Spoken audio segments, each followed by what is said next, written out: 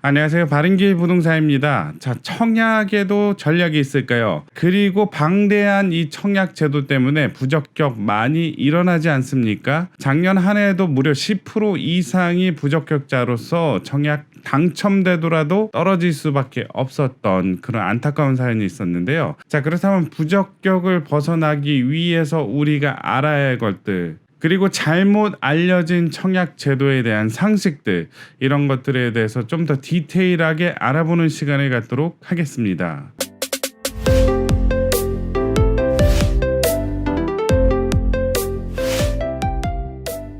자, 청약 제도에 대해서 바르게 알고 부적격을 피할 수 있는 방법, 자, 한 가지 있습니다. 바로 이 책 한 권이면 모든 건 끝.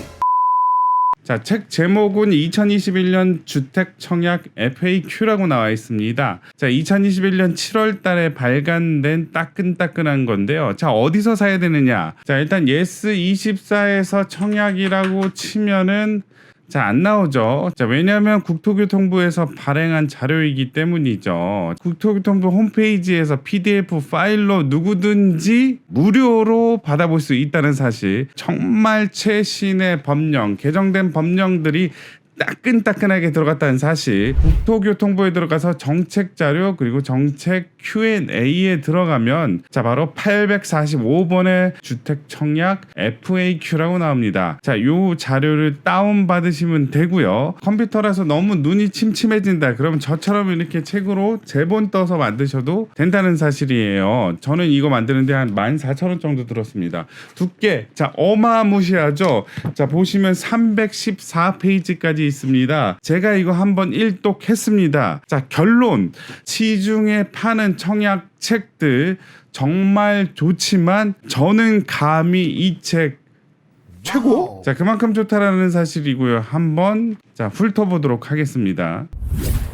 자, 목차를 보면 이렇게 잘 나옵니다. 일단 큰 첫 번째로 청약 자격, 공통적인 거, 자, 우선 공급은 어떻게 하는지, 주택 건설 지역 범위 같은 것들, 그 다음에 해외 체류자는 어떻게 하는지에 대해서 자세하게 나와 있습니다. 자, 그리고 청약 통장에 관해서도 나와 있어서 자, 내가 무슨 통장은 어떻게 신청해야 되는지 그런 디테일한 것들이 나올 수 있죠. 뭐 예를 들자면 납입금을 연체한 경우 추후에라도 납입할 수 있나요? 있죠. 자, 그리고 이런 것들, 보이스 피싱에 의해 청약 통장을 해지한 경우 부활이 가능한지, 일정한 자격 조건을 맞이한다면 자, 부활도 가능하다더라. 자, 그리고 세대원에 대한 내용도 정말 디테일하게 나와 있습니다. 자, 부양가족수 계산할 때 헷갈리는 부분에 대해서 자, 이렇게 잘 나와 있는데요.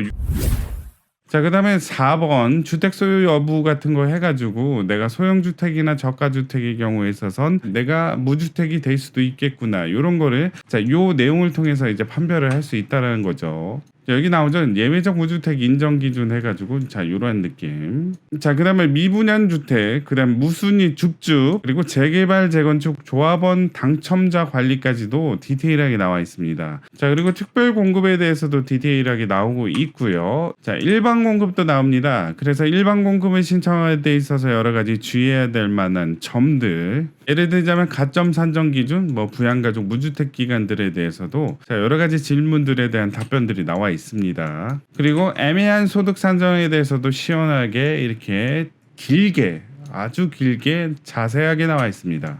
요즘 핫하게 떠오르고 있는 무순위 청약에 대해서도 나와 있고요. 자, 그리고 사전 청약에 대해서도 나왔습니다. 거주 의무 중요하죠. 전매제한. 자, 우리가 팔아야 되는데 언제 팔아야 되는지. 자, 그래서 이렇게 많은 질문들 그리고 답변들 무려 438개나 됩니다. 자, 그렇다면 몇 개 정도 발췌해가지고 맛배기로 한번 보도록 하겠습니다. 세대원, 부양가족의 범위는 어떻게 될 것인가, 그것도 시원하게 이렇게 실려 있습니다. 아래와 같이 세대를 구성하고 있는 경우 세대원의 범위는 해가지고 자, 여기 보시면 부부가 살고 있고요. 그 위로 할머니 한 분 모시고 있고요. 자녀는 2명 인데 첫째 자녀의 배우자는 같이 살고 있는데 자, 두 번째 자녀의 배우자는 따로 세대 분리해서 살고 있고 배우자의 부친과 자녀가 같이 살고 있다는 거죠. 이러한 경우에 있어서 부양가족은 어떻게 되어 있느냐, 요거를 마스터한다면 세대원의 범위가 이제 더 이상 어렵지 않아요. 자, 여기서 어머니가 청약할 경우에 있어서 세대원의 범위는 어떻게 될까요? 일단 아버지, 자, 남편 되고요. 그다음에 직계 존속인 할머니도 자 세대원의 범위에 포함되고 자녀 직계 비속 일단 E, F, G 가능하다. 그리고 자녀랑 자녀의 배우자도 자 세대원으로서 가능하다는 얘기죠. 하지만 여기서 두 번째 자녀의 배우자, 세대 분리된 배우자의 가족들은 포함이 되지 않는다는 점이죠. 자, 왜냐? 기준이 어머니이기 때문이죠. 자, 그렇다면 자녀 2 이분이 청약을 한다면 어떻게 될 것인가? 자, 일단 본인이랑 배우자, 배우자의 부친과 배우자의 자녀도 같이 세대원에 포함이 되고요. 자, 그리고 자녀의 직계 존속도 포함이 되는 거죠. 어머니, 아버지, 할머니도 포함이 되더라. 하지만 형제는 포함이 안 되는 거죠. 형제가 포함이 안 되니까 배우자나 자, 손자녀까지는 포함이 안 된다라는 얘기입니다. 자, 그렇다면 이제 총 7명 부양가족 수는 자 6명이다라는 사실이죠.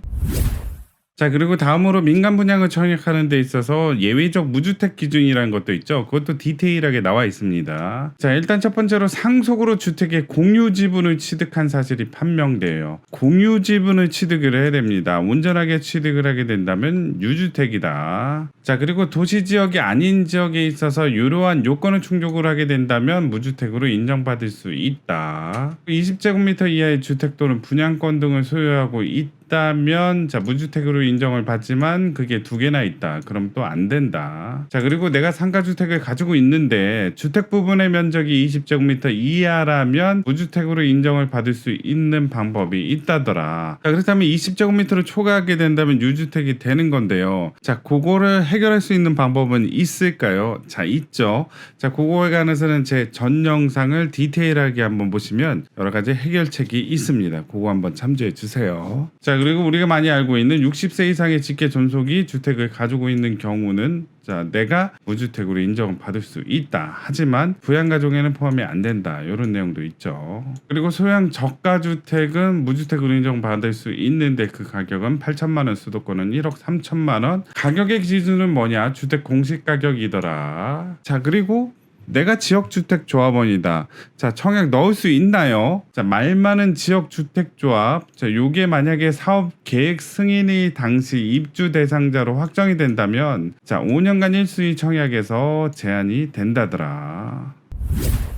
자, 그리고 작전만 잘 짠다면 청약통장 2개 가지고 동시에 2가지 아파트를 얻을 수 있는 방법도 나와 있습니다. 자, 하지만 조건이 비투기가의 지구고요. 비청약가의 지역에 공급되는 주택에 대해서 남편, 아내가 청약통장을 가지고 있다더라. 그러면 자, 일단 남편 통장은 요때 모집 공고를 하고 자, 이 기간, 당첨자 발표 이 기간 동안에 아내가 또 다른 아파트 단지의 모집 공고에 지원을 해가지고 당첨자 발표에 둘 다 합격을 한다면 자, 이 짧은 기간 동안에 2가지 아파트를 모두 다 받을 수 있다. 물론 이제 대출의 문제에 있어서는 고민이 되겠지만 자, 이런 사실을 안다면 자, 이렇게도 도전할 수 있다라는 거죠. 하지만 자, 남편 청약의 당첨자 발표랑 모집 공고 날이 겹친다면 자, 요거는 안 된다. 그리고 가점이 낮으신 분들은 추첨제로 많이 도전을 하는데요. 1주택자는 1주택 처분 조건으로 도전을 하는데 이 주택을 처분하자니 너무 아깝습니다. 이럴 때 어떻게 해야 될까요? 동일한 세대원에게 주택을 증여하는 경우에도 처분으로 인정되는지 결론 인정된다. 자, 요거는 무슨 말이냐? 일단 기존 주택을 처분을 하는데 입주자 모집 공고의 당시에 세대원에게는 매매 또는 증여를 하지 못한다는 거죠. 하지만 입주자 모집 공고일 당시 세대원이 아닌 자에게 매매 또는 증여는 처분으로 인정이 된다. 자, 그렇다면 입주자 모집 공고의 당시에 자녀를 세대 분리시켜서 주택을 굳이 안 팔고 자녀에게 줄 수 있는 방법이 생기겠다는 거죠. 자, 그리고 요즘에 무순위주 쪽 많이 나오죠. 그래서 개정이 된 사항에 대해서 따끈따끈하게 2021년 5월 28일 날 개정된 것들, 특히 비규제 규제로 나눠서 자, 이렇게 개정이 됐다는 것도 한번 자, 참고적으로 보시기 바라겠습니다. 자, 요렇게 한번 살펴봤는데요. 자, 요 파일을, 요 책을 자, 열심히 공부하고 자주자주 본다면 이 당첨과 좀 더 가까워지지 않을까 생각이 듭니다. 자, 그리고 합격을 하더라도 내가 부적격자로는 최소한 안 되겠구나라는 생각도 들고요. 자, 청약에 당첨된 사람들을 인터뷰하다 보면 두 가지 공통점이 나타납니다. 일단 첫 번째로 자기 나름대로의 청약 전략이 있었더라. 자, 그리고 두 번째는 뭐냐? 자, 보통 사람들보다 정말 많이 해박한 지식을 가지고 있다. 자, 청약은 운이 아닙니다. 아는 만큼 보이고 아는 만큼 좀 더 청약 합격과 다가갈 수 있습니다. 열심히 공부하시고 좋은 결과 있기를 바른길 부동산이 열심히 응원하겠습니다. 화이팅! 자, 이 영상이 마음에 드셨으면 구독, 좋아요 부탁드리겠습니다. 감사합니다.